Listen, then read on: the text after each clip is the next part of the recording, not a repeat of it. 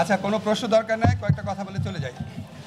আমরা এখানে 3 জন উপদেষ্টা এসেছিলাম, আমাদের সাথে আমাদের ওয়াহিদুদ্দিন মাহমুদ স্যার, তারপর ফজল কবির ভাই আমার পাশে আছেন, আমি এসেছি, আর উপদেষ্টা আসতে পারেন। এখন সকালবেলা আমরা 3 জন এসেছি।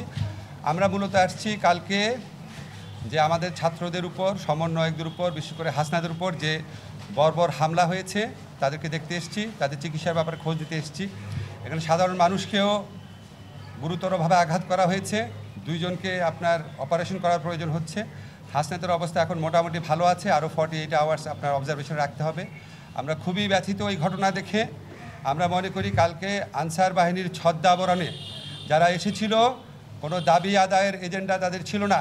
দাবি আদায়ের এজেন্ডা হয় আলাপ আলোচনার মধ্যে দিয়ে।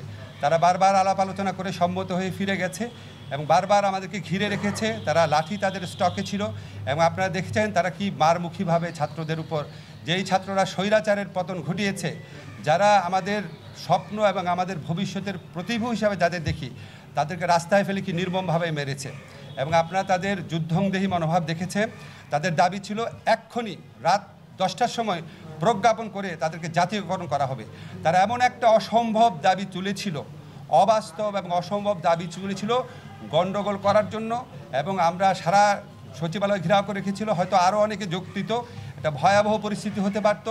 যেই জাগ্রত ছাত্র সমাজ যারা স্বৈরাচারের পতন ঘটিয়েছে, তারা আবারও তাদের যে অপরিসীম ত্যাগের ভূমিকা, তারা এই পুরা পরিস্থিতিটা তারা মোকাবেলা করার পর আবারও যারা অপশক্তির দোসর আছে, যারা বিভিন্ন ছদ্মাবরণে ছাত্র জনতার বিপ্লবকে নস্যাৎ করতে চায়, তাদের জন্য একটা বার্তা দিয়েছে যে এই দেশের ছাত্র সমাজ জাগ্রত রয়েছে, কোনো ষড়যন্ত্র সফল হবে না।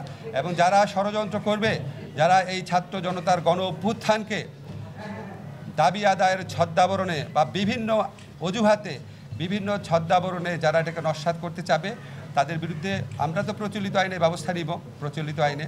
এছাড়া ছাত্র সমাজ যারা আছে তারা জাগ্রত আছে। এই ছাত্র সমাজকে পরাজিত করা এবং তাদেরকে বিভ্রান্ত করা যাবে না, এই মেসেজটি দিতে চাই।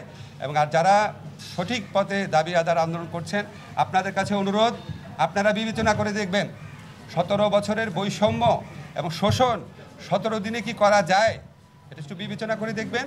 ধৈর্য ধরেন, নিয়মতান্ত্রিক পন্থায় দাবি জানা। আমরা জনগণের পক্ষ থেকে এসেছি, আমরা কোনো দলের প্রতিনিধি না। অবশ্যই আমরা সবার স্বার্থ নিশ্চিত হয় এমনভাবে সমাধান দেওয়ার চেষ্টা করব, তবে সেটা সময় লাগবে। Thank you.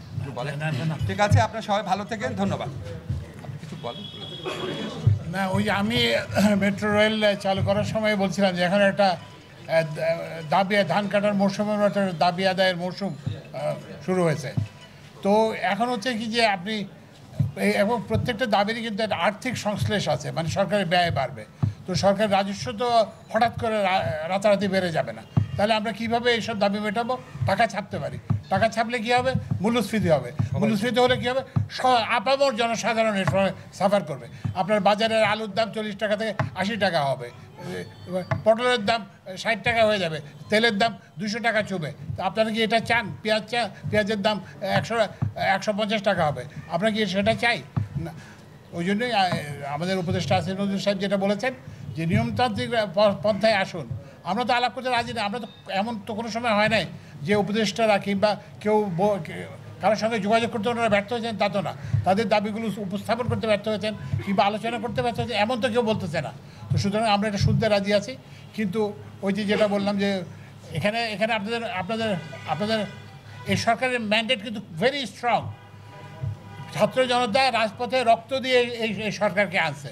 সুতরাং কেউ যদি মনে করে এটা বানে ভেসে আসা সরকার না, তো সুতরাং এটা আমরা যে কোনো মানে জাতীয়, এটা জনপ্রত্যাশার সরকার এবং আমরা সরকার জনপ্রত্যাশাকে মিট করার জন্য যত কঠোর ব্যবস্থা হোক আমরা নেব।